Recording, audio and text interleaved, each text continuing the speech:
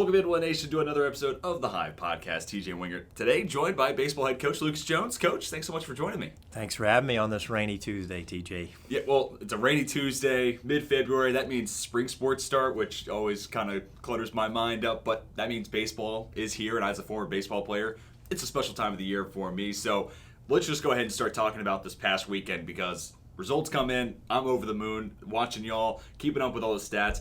It's a weekend that sees y'all play number 15 Trinity, number 9 Washington, number 7 Birmingham Southern, take down Trinity and Washington Friday and Saturday respectively, bump of the road Sunday against Birmingham Southern. But that's a daunting 3-game start to the season. I'd love to have some of your initial takeaways. Yeah, it was an awesome trip.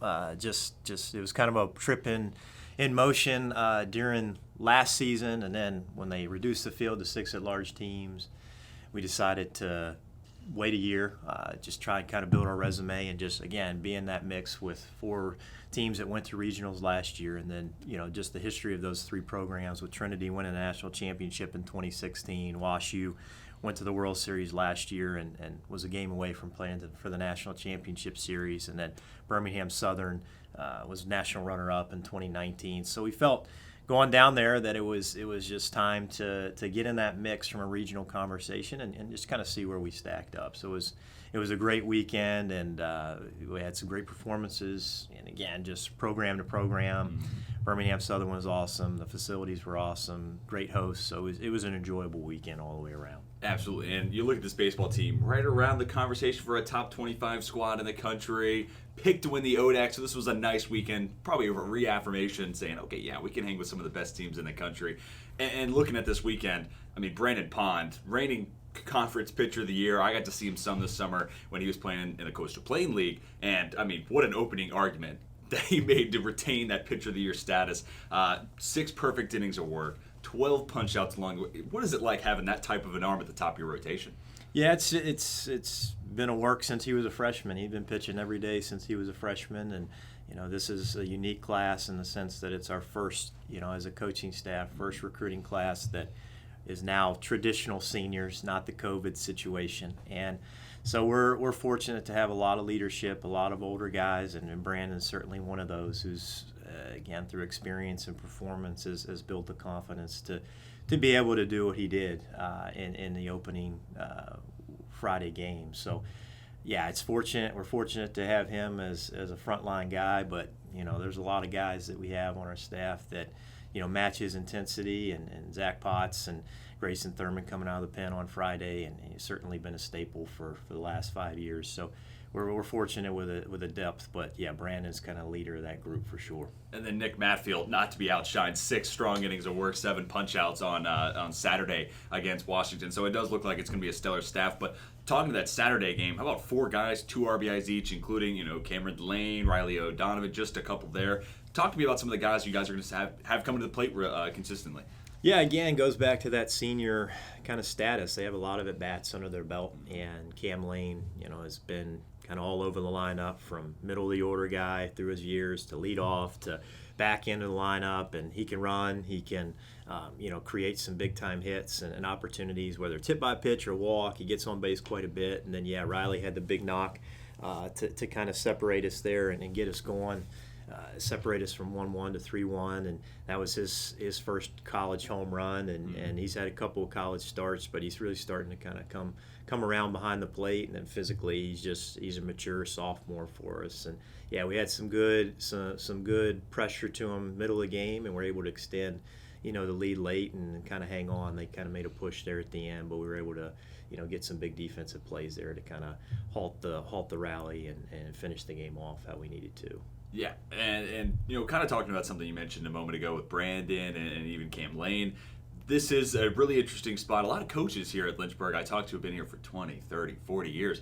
You're in year 5, and like you mentioned with Brandon, this is your first, now getting a look at your first recruiting class now as true seniors. So I don't get to ask this question a whole lot here on campus, but how is that process coming along? Your guys now filling in, into the roles that you had carved out in your mind for them. Yeah, no, it's definitely a vision that we've seen play out with the way things ended last year, and the run that we went on, and making a regional and setting a lot of school records, just early on being able to bring in the talent. But it can't be, I can't leave it unsaid that the guys that we technically did not recruit but were invested in a program have really built it. The seniors that we inherited, but also just the group that has come along that has kind of held with us and been able to build those relationships as we go. Recruiting process for these guys was a little bit different because we were able to establish that relationship prior to them coming and share that vision, where the guys we had inherited were guys we had to share, and they had to kind of come along with us. And so it was definitely a good mesh. It was definitely a good partnership, so to speak. And now those guys have moved on, but have been a huge part of why we're in the situation that we're in. And now it is about that growth. Brandon is one of those examples of just where he was as a freshman to where he is now. And a lot of that just comes with confidence and experience. Certainly there's a performance level to the college life and college level baseball, but he has been, along with some others, has been one of those constants in the lineup from day one. And, you just give him the ball and let him go do his thing now. Yeah, and I mean, not to discredit any of those players who were, here before you got here and a part of that, transition process. But I think that's part of, credit to our athletics director, John Waters. It makes a lot of sense to hire a former player at the University of Lynchburg like yourself, and you come from playing in North Carolina to start your college career, end up playing with the Hornets, and then, by the time you're fifth year, setting program records for hits in a season, batting average, things of that nature. Talk to me a little bit about that process from going from a player to becoming a coach. Is that something you always knew you wanted to do, or was it something that, hey, the door opened up and I decided to walk through it?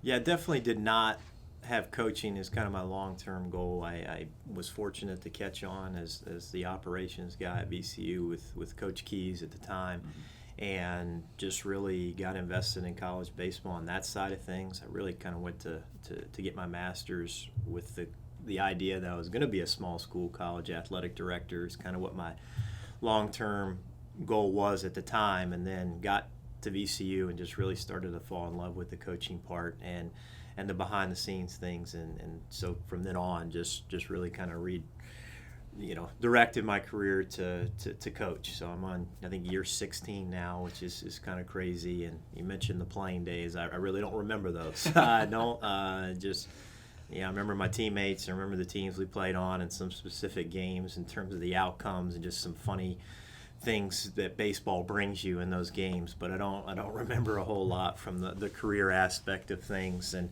certainly now I feel my age where I'm like, I'm good to throw some batting practice weekly and just coach and stand in the dugout and try to look good in a uniform. That's about my goals these days. So those are pretty solid goals and things that maybe I'll have to try to add that onto my workload moving forward in my life. That sounds awesome. But even talking about that, it does feel like, your playing career a lot of times for coaches feels like a different chapter in a book, and it's like, okay, well, that's still got to be an impactful relationship ability that you have with your players. Like, hey, I understand classes can be crazy, or your extracurriculars, things of that nature, but that's also where some of your assistant coaches come into play. Travis Beasley, Oscar Garcia, Stobach, Brady Moore, just to name the entire staff. But, those guys helping out in that process as well. Can you kind of talk to me about what they're doing day by day? Yeah, they do. They run this show. Obviously, Bees has been with me since the start, and was able to convince him to come with me and build this thing. And he's probably the biggest reason why we are where we are. Just his associate head coaching role. He has a lot of experience. He was a Division III athlete at Randolph-Macon, was a draft pick, has seen the professional side of things. So he has a good repertoire, but he just relates to the players. He's very organized and very skilled in what he does. And then Coach Solbach's been with me since the jump as well, and he has a different perspective. He was a Division I athlete, played pro ball for 9 years in the Rockies and Yankees organizations. Between him and Bees, they really kind of attack the pitching side, and then Coach Solbach helps with the catchers. And then once Coach Garcia came through, he was kind of the added energy, younger guy, and just has a great knowledge, but just his energy is infectious, and that really just kind of put us over the hump with last year's team. And then Brady's been a staple. He was a senior when I got here, has been our analytics guy and kind of the brains of the operation, and kind of look to him for charting and scouting reports and information, and he's been able to provide that consistently. So we've had good continuity with our group. I think our guys appreciate that because they know what they're going to get daily and the relationships that are built through the recruiting process. And then while they're here, they can count on, hey, we're going to be invested, we're going to be here, and the longer you go, and the more trust and relationship that is built, certainly. So hopefully will continue to be the case as we continue this thing. To describe Coach Garcia as energetic, I think that might be the understatement. Yeah. There are plenty of days where I'm just going through with what I got my blinders on, and then I see a bolt of energy coming in the form of Oscar Garcia. That is the exact right way to describe him. And we love being around him because of that. No doubt. But now I want to talk about this upcoming season. So first weekend looks good in my eyes. I mean, I'm sure you're probably looking at the loss against Birmingham Southern and you're saying, okay, well, we could do this better, et cetera, et cetera. Life of a coach, right? But, hey, initial returns look good in my eyes. Pick to win the conference. You've been a conference, coach of the year. Pond back as the reigning pitcher of the year, et cetera, et cetera. High bar set, all that coming to this point. What do you do with those expectations when you're leading those guys? You're talking in the locker room. Hey, the bar is up really high. That makes it that much harder. We have to try that much and put in that much more work to hit that bar, and then try to, go that much further. So I want to know goals and how you manage those expectations this season. Yeah, no, it's a great question. I mean, it just kind of goes back to conversations, and again, the stability of this group and a lot of older guys. Those conversations have been had of, hey, this is what we want to accomplish. This is where we want to be. We want to be in that conversation to win a regional championship and to develop into a team that potentially can win a lot of games and be able to kind of be the hunted instead of the hunter. And so, I think we're in that situation where we have to look at it and embrace it. Obviously, you're going to get a little bit more of everybody's best shot, but I mean, that's just competitive college baseball to begin with. I don't know if it was any different from any of our teams in the league, whether we're first place or we're eighth place. Like, it's still a competitive league and a tough league, and we've always thought as a coaching staff, like, hey, you got to get this nugget down first, this conference thing down first, and by no means will we have it all figured out because it's the toughest conference in the country, and every year it's a little bit different. But when you have the Randolph-Macons and the Shenandoahs and the Roanoaks, and then the Bridgewaters are up and coming and W&Ls are up and coming, I mean, you have such consistent teams. Hampton-Sydney right down the road. I mean, you just have teams that have been in it. They've done it a long time. They have coaches that have been doing it a long time.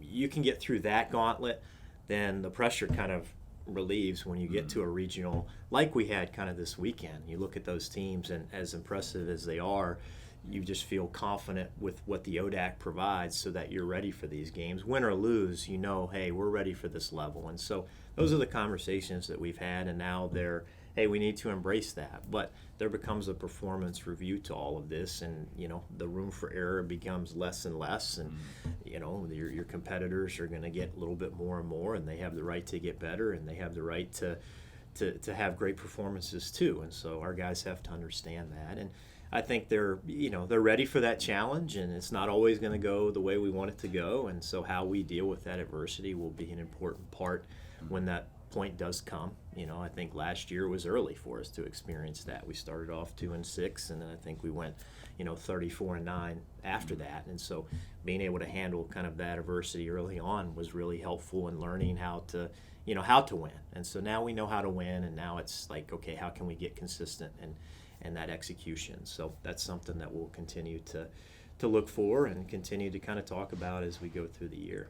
Yeah, and I mean, talking on that point, one thing that as I get to talk to these players and I start to put faces to names, and obviously, like I talked about, I already know Pond. There's one characteristic that I do know from every player I've talked to, and they're not afraid of a challenge. And maybe that is part of you play in a good conference. You got to be able to compete for 9 innings day in and day out. But I mean, Pond kind of encapsulates it, gets the chance to go back home, play with the Tri-City Chili Peppers. He's from that area, so that makes sense, right? But then also a chance to compete against mid-major D1s and legitimate Power 5 talent. And Pond did not look lost. He looked like he belonged, which D3, D1, sometimes that difference can be a little bit overblown, but in some cases that's a jump that some guys just aren't ready to make. Pond looked like he belonged, and it was just the encapsulation. Then I get this job, and I come here, and I see that pretty much in the locker room. Everyone's wanting a challenge. They want to prove that they can compete on that highest stage. So I think that goes back to you, and it speaks to the atmosphere and the culture that you're building. So, Coach, I appreciate you taking the time, and I'm so pumped up to see y'all hopefully tomorrow playing host to Averett, but if not then, with Dickinson coming to town this weekend. Well, appreciate the time, TJ, and as always, your crew does a great job, and yeah, looking forward to the home season and the season in general, and yeah, just looking forward to some warmer days and some good baseball weather. Yeah, we got teased yesterday. It was about mid-60s. Sun was out. Me and my grad assistant standing over the field. We were like, all right, we can get used to this. This is a nice day. Nice place to call our office for a day. But, no doubt. Coach, once again, thank you so much for joining me. That's going to do it for this episode of the Hive Podcast. Be sure to come back next week when we have a new episode for you. For Coach Jones, my name is TJ Winger. And until next time, we are signing off.